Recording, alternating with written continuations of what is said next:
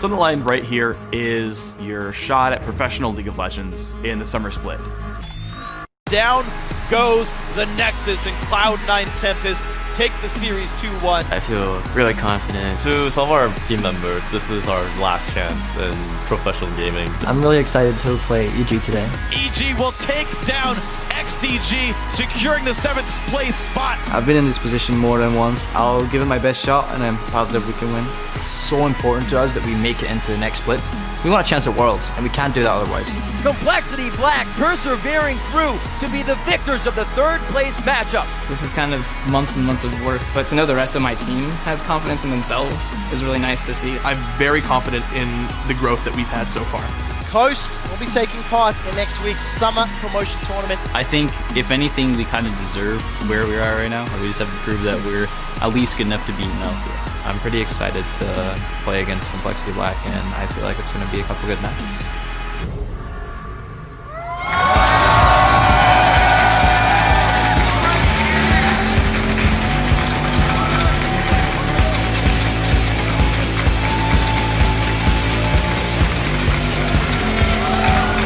Welcome to day 2 of the 2014 North American Summer Promotion Tournament. We're coming to you live from our studio here in Los Angeles, California. Hey everyone, I'm David Freak Turley, and with me, live as usual, Sam Kobe Hartman Kensler. Good morning, Freak. Good morning.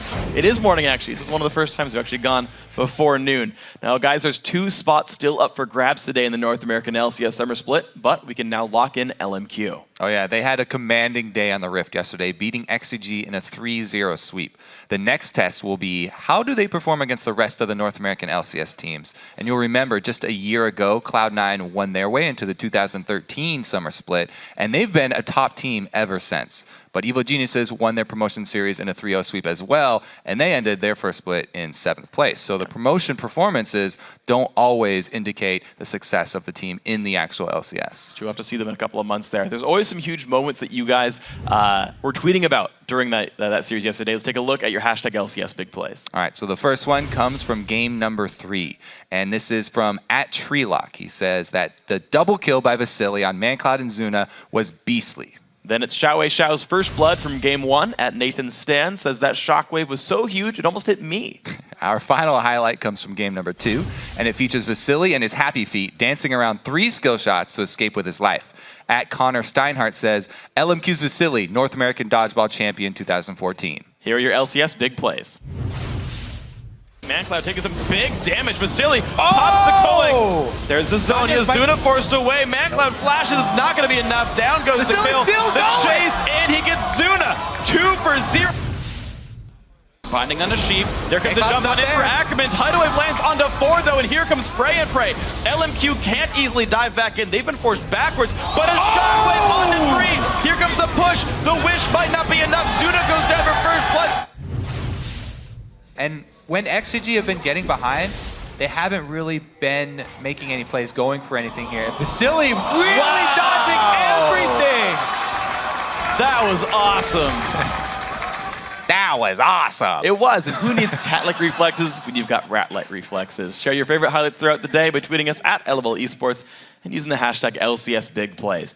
Now, as we mentioned, one team is locked in, so let's take a look at how the North American LCS Summer Split is shaping up. All right, so LMQ have qualified to join the LCS, giving Vasily his opportunity to face off against his friends Doublelift and I'm a Cutie Pie in competitive play. But there are still 2 open spots that will be decided in our games today. Up first, it's a best-of-5 series between 7th place Evil Geniuses and Cloud9 Tempest. And then we've got another best-of-5 with 6th place Coast facing off against Complexity Black. As always, you can head over to lolesports.com and vote for the teams you think will win today. Just click on schedule and give a thumbs up to your choice. Also there, you can read up on the All-Star event in Paris or head to vote.lolesports.com to shape the modes that the challenge teams will play. And speaking of All-Stars, the votes are in, and Ezreal has won the global vote for the champion that will be played by both teams, Fire and Ice, on the Earth Challenge. He took over 500,000 of the 2.4 million votes cast worldwide. The Prodigal Explorer does have friends everywhere. So now let's send it over to Jat, the analyst desk, for an in-depth preview of today's games. Thanks, Freak. And I also want to welcome Austin Shin and Zachary Black, or COD's Link and Aframo as they are known, to the analyst desk for the entire day, actually, all these games. One thing I have to ask you guys, though, before we get into today's games, because we're still LCS here was the big news of Nien stepping down on CLG. Did that catch you by surprise, I heard? Yeah, actually, I was sleeping, and I woke up, and he moved out. And I was like, what the hell's going on? So yeah, it was really weird because he was super happy-go-lucky all the time, and I didn't really know that the community pressuring him bothered him that much. And I thought he was like, okay. Yeah, it's so crazy. Link, do you have any thoughts on it as well here? For like the entire day, his parents were over and we're like helping him like move out, I guess. Like I didn't realize it until like it was like in the afternoon when Kelby was like, "So Nian's leaving the team," and I was like, "What?" Yeah. and then I was just like, "What?"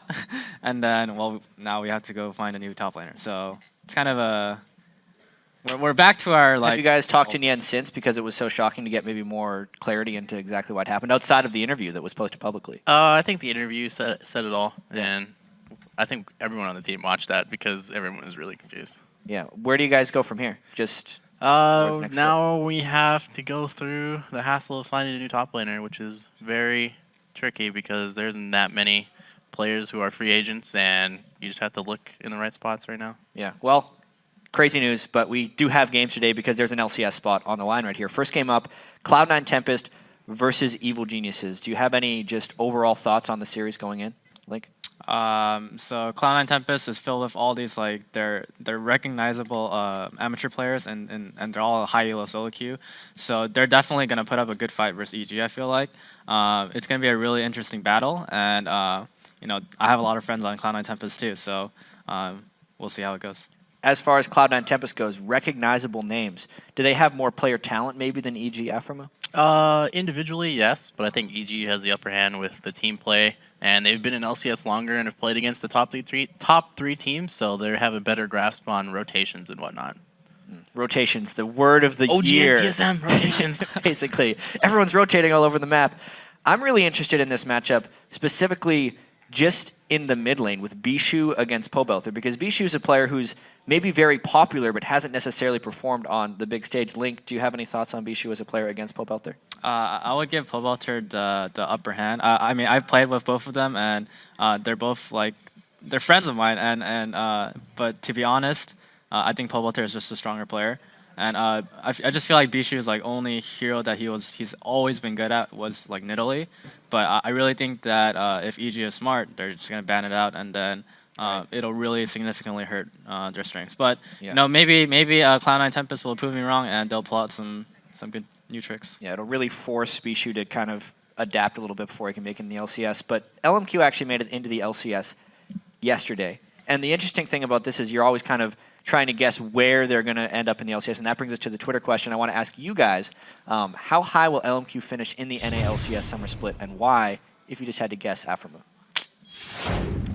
Top 3, top 4. All right, Link. Top 3 or top 4. Same answer from both of them. For you watching at home, send your answers to @LOL Esports. Use the hashtag LCS, and then tune in to see if we butcher your Twitter handle later in the show. Thanks for the analysis, guys. We'll be back many times throughout the show, but we've got to take a quick break. Don't go anywhere, because we'll be right back with our first series, Evil Geniuses versus Cloud9 Tempest. See you soon.